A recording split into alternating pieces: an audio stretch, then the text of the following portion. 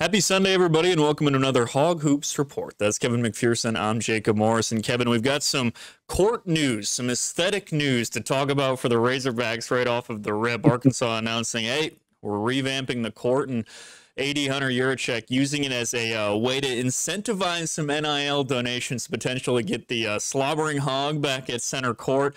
It's something Arkansas fans have wanted for a while, and kind of an innovative way for Yurachek to go about maybe getting that done. I mean, it's old school. You go back to the heyday, Nolan, in that era. That was the logo. And at some point, Arkansas came out with its official Razorback upgrade logo. Previous athletic director, the decision was made to use that for marketing and labeling consistency. Use that on the court. And there's nothing wrong with it, except the Slobbering Hog's just better. You can have something good and something that's just better. And I think it's a great idea.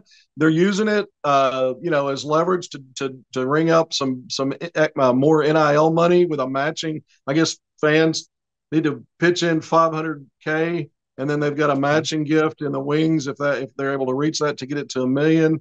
And then we live again in the glory of the Slobbering Hog at midcourt. As you know, I'm an old guy. I've been around for all of it. And I actually, if I were to call out a preference, I'm saying let's go Slobbering Hog. I mean, there's some other good logos as well. I think that's the best one. So I like this little promotion, and I think I think the fan base is excited about it. It's not enough to just have John Calipari, right? You got to come up with stuff. And Calipari's chiming in. He's like, let's get this done. You see him on social media weighing in on it. So as a guy who hadn't been in Arkansas for a long time, what do you think? You've probably looked at the logo. What are your thoughts? Yeah, I'm all for it. I'm right there with you, especially once I kind of delved into a little bit of the history of it. I'm all for it. And I like what you pointed out also, that Cal's leaning into it as well, right? Because he's new to all this too, but the fact that, he's having fun with it and everything. I would say, if you ask me, favorite logo overall, the one with the hog in the sweater with the A, leaning on the A. That's my favorite logo overall. But for the basketball center court, I'm all in on the slobbering hog as well. I'm like, we got to bring that back. It's been a fun way to kind of go about doing that. That logo that you just described is one of my favorites as well. I like that one. Over the years, there's been some really good ones. You go back to the 60s, there were some cool, logos, and we know how things change, but having a man cave that is effectively a Razorback room here. I've got all kinds of logos from the past and the more current ones. Most Hog fans have not embraced the front-facing Hog logo. That's one that I think you won't find as many takers in any format that you try to use it. I've seen, I've seen probably the most negativity toward that one. But we're not even talking about that for Bud Walton Arena and Nolan Richardson Court. It's all about the Slobbering Hog. Yes. And the rest of them are just have to scoot over, take a back seat, and be jealous. The other logo. I mean, if they get around and talk about it, they're not going to be happy. They're going to look for ways to undermine this promotion. But I think the Slobbering Hog logo is too strong to be undone, and it's going to happen. Yeah, and that'll be cool.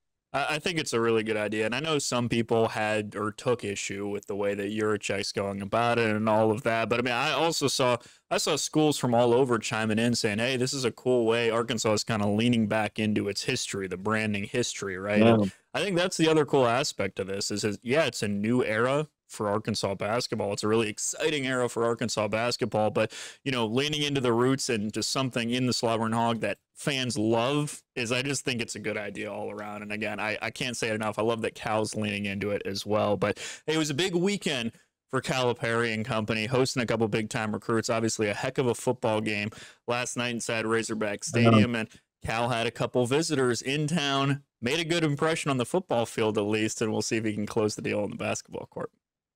Are the stars aligning? You finally get Malik Thomas, the national top 10, number 7 overall player, 5-star, 6'4" guard out of Pittsburgh, overtime elite. You finally, third time's the charm, not 3 strikes you're out, because he made it on the 3rd scheduled visit. But what else did Calipari do? He brought Darius Cup Jr. in. 2nd visit. He visited back in May, committed to Calipari and the Razorbacks first off the board, not only for the Hogs, but nationally when you look at a top 10 rated 5-star, number 5 overall, brought him in. And you've got a lead guard in Acuff. You've got what I think is more of an elite, a potential elite two guard. They can also play on the wing and will have some on ball responsibilities, but those guys would complement each other. So you bring him in to help sell that recruiting pitch. And I think in spectacular fashion, the football Hogs made They their did their case of part. why Fayetteville's the place to be. Those guys were at the game. I got some really cool photos on that. But I'm hearing good things about this visit, and it was expected to go off well, and it may even be exceeding expectations. I'll say that. I've got a lot more detail, more than I can go into here on my Hogville Net YouTube live that I did at midnight. I had a midnight madness version last night with a lot more takes on it. But just kind of briefly summarizing some of that, I think the visit may be exceeding expectations. It's wrapped up now. He was wearing, we haven't seen him yet drop on his social media accounts any photos of him wearing in the photo shoots, wearing the Razorback uniform like we see with most visitors. That could happen at any moment. It might be happening now, Jacob, while we're doing this segment. So I need to be ready for that. I've been ready. I don't know if I slept at all last night. But having said all that, I think Arkansas is the leader here now. It was thought UConn was for a while. Looks like UConn may be going in a different direction. I'm not 100% ruling out the Huskies. He's got a visit scheduled, Malik Thomas, at the end of the month, the weekend of October 25th to the 27th to Kansas State. Keep an eye on that. I think aside from something going haywire with NIL and it becoming a leverage game, or him just deciding to take that visit to Kansas State, and for whatever reason, everything else that we've heard up until now is out the window because he falls in love with that. At the end of the day, I think it's Arkansas's situation here to win. I think Arkansas is in the lead, and I wouldn't be shocked. I don't have any direct information. I wouldn't be shocked if we're getting close to some kind of private or silent commitment in a lead up to a public announcement. And look, both he and Acuff are planning to sign early, get commitments out of the way. Acuff's done that.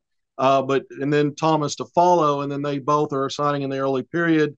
But both guys together at inside Reynolds Razorback Stadium, I got some good photos I tweeted out, and they look like the perfect duo, man. They look like the next group.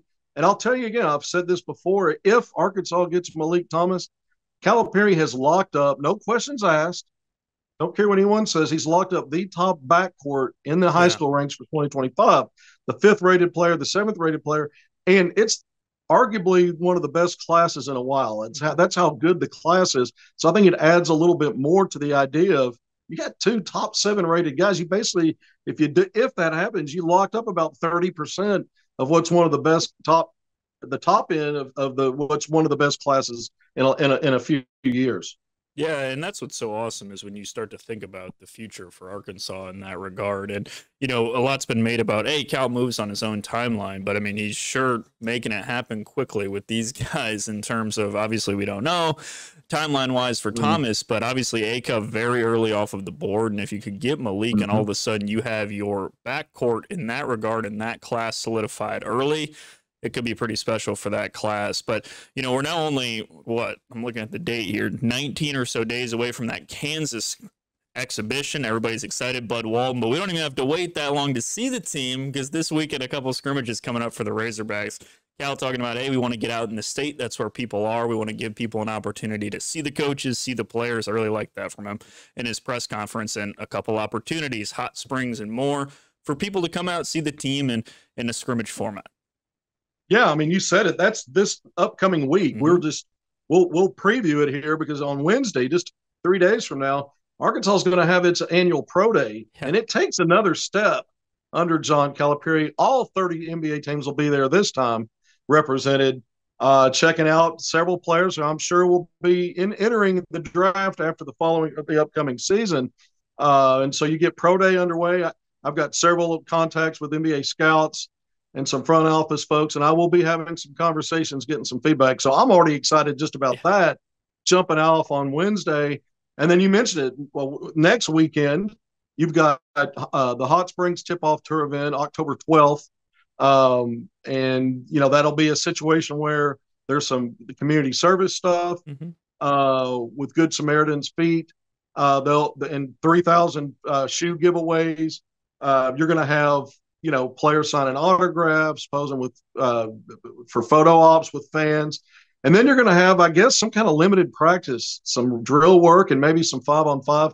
It's not like the old traditional red-white games that were in a game format. But you're going to maybe get more with this. And then the following day, October 13th, Sunday, they're at the Pine Bluff Convention Center, re-racking it, another 3,000 shoes, giving away, and all the same. It's the same platform, same format. And there's not a red white game in Fayetteville unless they determine later they want to spring that on us. I think we've seen what the entire exhibition season looks like, and basically all of October with then that final exhibition game on the road at TCU November 1st, and then a few days after that you're into your regular season, the start of that. So I think it's going to be an exciting October. Recruiting's picking up.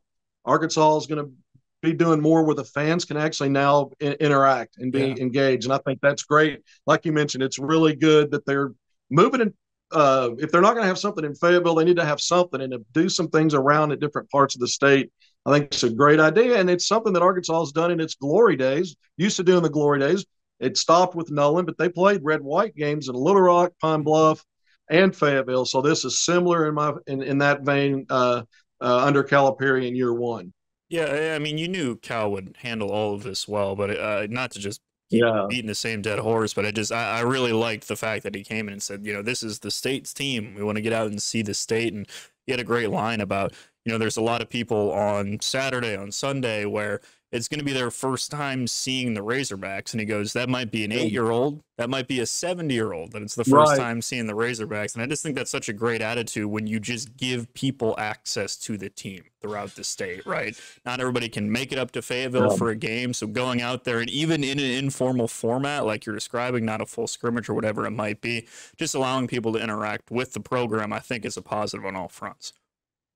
Yeah, I mean, there's no doubt about it. I mean, the one thing Calipari told us in the introductory press conference, everybody's thinking wins, losses, recruiting. How does he fix March? And obviously, those things will become front and center. But one thing he said is, I'm going to be in the community. And my team is. We're going to do stuff. And it's not that previous program or previous leadership didn't have some levels of outreach or do team bonding things outside, but this is a little bit more in depth with it. I think with Calipari and his vision for outreach to the community and now incorporating the team into it. I don't think that can be understated when you're building a culture not only of winning, but of helping young people understand what it means to take accountability, to be part of their community, because there's that aspect of it. If you look at professional sports, you see more and more about players. Part of their brand is what they give back and how they conduct themselves, and that seems to be more and more of a thing that encapsulates who they are as professionals. And so Calipari is the best at getting guys ready for life and as a part of being professionals. And I think that explains why so many players have affection for him that have played for him beyond the fact that he helped them get max contracts and high draft picks. I think they understand he helped them in more ways than just that. And I think we take that stuff for granted because we're, as fans or people in the media, focus on results on the court. And this other stuff, we need to, I guess, pause and appreciate it when we see good things happening. So I don't want to, over dramatize that or romanticize it, but I do think it's pretty cool because, again, I think it's another area where he shows why he's a Hall of Famer 10 years already while he's still an active coach. Yeah. I just think it's great on all fronts, and I'm excited. I'll be down in Hot Springs, so excited to kind of take in some of that and just see how it all goes and see Cal and company in action. But hey, that's a good segue. You were talking about professionals. It's almost like you've done this before, Kevin. Let's talk pro Hogs. We're talking, man, only almost 19 days, whatever, until scrimmages. It's crazy how it creeped up. Well, preseason NBA basketball is already here, so the NBAs are rolling as well, and a couple pro Hogs in action, making impacts early. First of all, let's get something clear. There was no clever segue there. I'm long-winded. I'll say just about anything stream of consciousness. Chances are I'm going to say something that you could segue to the next part. All right, so let's jump right into it. Friday, I mean, it was the start. Training camp is a few days before that, and these pros are ready, man. And so in Abu Dhabi, they do that annually, have a couple of preseason games over there. But the Boston Celtics, Denver Nuggets, the last two NBA champions, obviously the Celtics will be the defending title team coming into the season. But they squared off, and you had second-year pro Jordan Walsh had a really good game off the bench, 25 minutes, a team-high box, plus 14. But he had 9 points, hit a couple of threes, was really disruptive defensively, 4 rebounds, 4 assists, and 3 block shots. Had a really good game. Boston won a close one there. And then those two teams met again today. So they play each other twice over there before coming back. Boston won today in a blowout. Walsh, only 13 minutes in this game off the bench. Now, look, he was with the main second unit in that first game, the way they devised it in that game, and he ended up playing 25 minutes. In this game, only 13 minutes, but a couple of points, a couple of steals, a block, an assist, did a little bit, and another monster box. I mean, a box plus 19 in 13 minutes. So his impact has been good. You know, you see on social media some good reaction to what he's done so far. You also had Moses Moody and Golden State's preseason opener last night playing the Los Angeles Clippers. They're over in Honolulu, Hawaii. And that opened up, and Moody off the bench, man. Nice game for him. 12 points, 40% from three, and had 4 rebounds. I think he had 2 or 3 blocks, a steal, an assist. I mean, he just stuffed the stat sheet. And he also had a really good box plus after the game. But his team, Golden State, won by a point in that one. So he only played 13 minutes, or I think he played 13 minutes, had a box plus 14. So big impact for him in limited minutes. And he was, you know, helped turn the tide, because when he got in the game, his team, I think, was trailing when he first got in and started making some of those plays. So you're already seeing some pro Hogs, you know, putting some stats up as we get into preseason. And look, today you're going to have a host of games. Milwaukee plays tonight. We'll see if Bobby Portis, how much run he gets with the Bucks. Today, the Charlotte Hornets open up against the Knicks, but Nick Smith Jr., who I'm hearing has had a really good training camp so far, he's had a growing injury he just suffered, and so he's going to be reevaluated in a week. He will not play in the Hornets game against the Knicks today, preseason opener for both teams. Yeah, lots of pro Hogs to keep an eye on there. Hopefully Nick Smith gets healthy. He's a guy that just, we talked about it a lot from the standpoint that health obviously has been an issue, but just kind of carved out a really nice role for himself in terms of, I think, surprised a lot of people and came on really strong. And now just, I'm doing math again here, looking at the date, 16 days until NBA opening day. So a whole lot of pro Hogs will continue to get more in action and continue to push the brand forward. But that's going to do it for this week's Hog Hoops Report. That's Kevin McPherson. I'm Jacob Morris. We'll talk to you next week.